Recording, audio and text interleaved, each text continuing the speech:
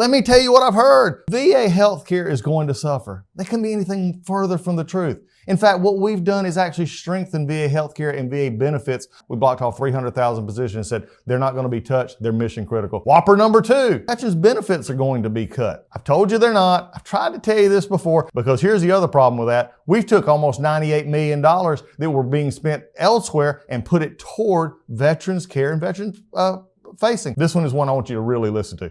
The VA is laying off people who answer the veteran crisis line. We did not, hear me clearly, lay off any veteran crisis line responders. They're still picking up the phone, they're still talking to you, and they're going to be. Last night, your department laid off 1,400 probationary employees, I know, which will redirect $83 million annually to be used on health care and other benefits for our veterans. So it sounds like more health care, more benefits to vets only helps them. Yet you saw the Axios headline.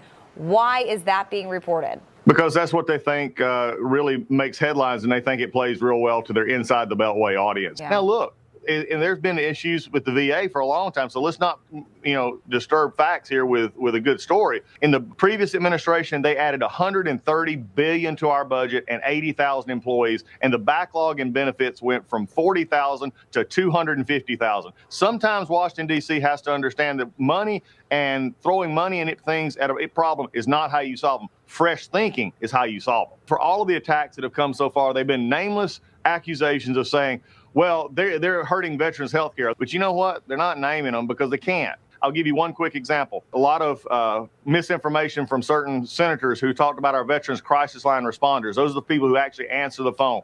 There was a few that got caught, that was fired in the first round, that were in the back offices, not answering phones. They were in the back office in support. But you know what? As soon as we found that out, we said, no, we're going to make sure that they're still there because we don't even want to give the perception that we're taking something away that could actually save a life or help somebody and help one of our veterans. So we put them back. Don't feed the line of what DC's wanting to tell you. We are putting money back to veterans health, back to veterans benefits, and don't let nameless sources, even senators and House members who want to scare you, and media who want to perpetuate the line.